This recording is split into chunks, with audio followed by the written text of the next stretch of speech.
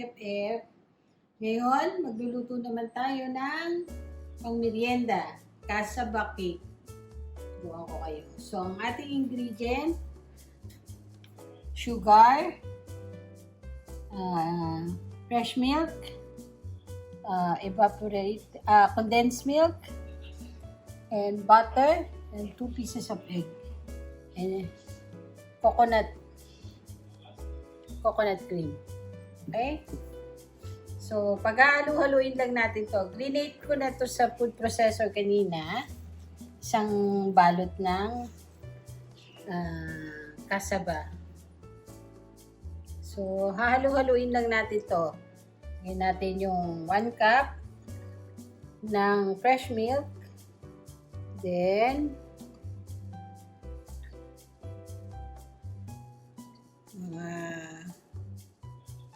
1.5 na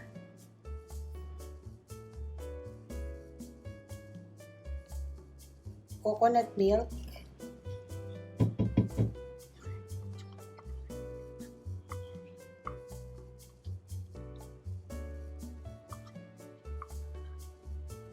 Tapos, half nitong condensed milk. Yung other half, gagamitin natin as topping. Okay.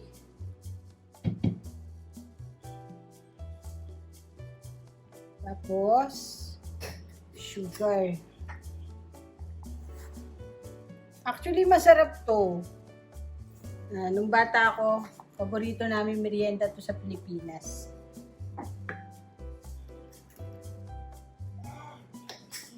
Then, lagay natin yung egg.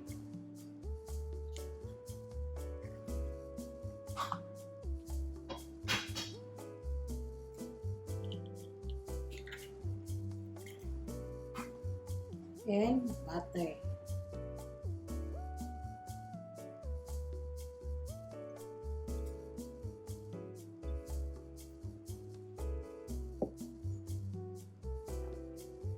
Yung araw sa Pilipinas, pagka may ganito kang merienda, okay na. Masarap, malinam na, nakakabusog.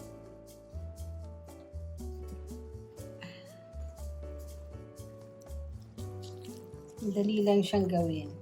Preheat ko na yung oven namin ng 150 Celsius for 15 minutes. Mimix-mix mo lang hanggang mag-incorporate lahat.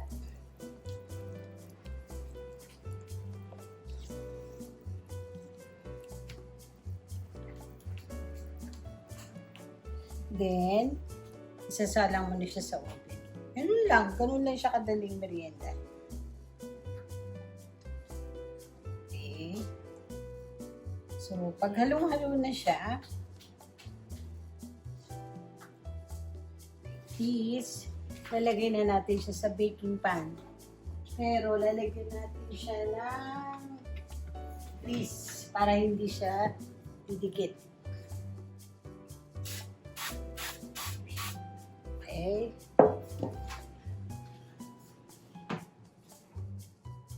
Merong mura niyan sa o kaya kung pwede naman, margarine lang, butter, okay na yun.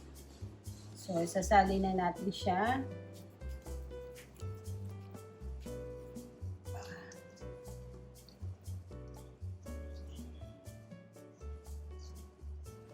Napakasarap nitong meriendang to. Tsaka healthy pa. Sa magberienda kayo ng kung ano-ano, i-try nyo yung luto to. The best. Okay. Santayin lang natin. Salin lahat. Diba? Ang ganda-ganda ng ating cassava. So, ito na yung ating cassava. Isasalang ko na siya sa oven. Ang temperature niya is about 150 for 1 hour para lutong-luto. Then, yung bago na siya maluluto, hahanguin natin siya from the oven. Ilalagay natin itong natira natin condensed milk at saka cheese. para mas masarap. Yun yung pinaka-toppings niya. Okay, see you after 1 hour. Hi mga BFF. So, ito na ang finished product natin. Casava cake. So, mainit pa siya.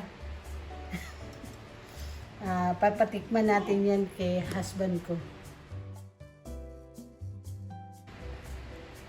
Okay, mga ka-BFF, tikman na natin ang cassava cake ni Mom's Goodies.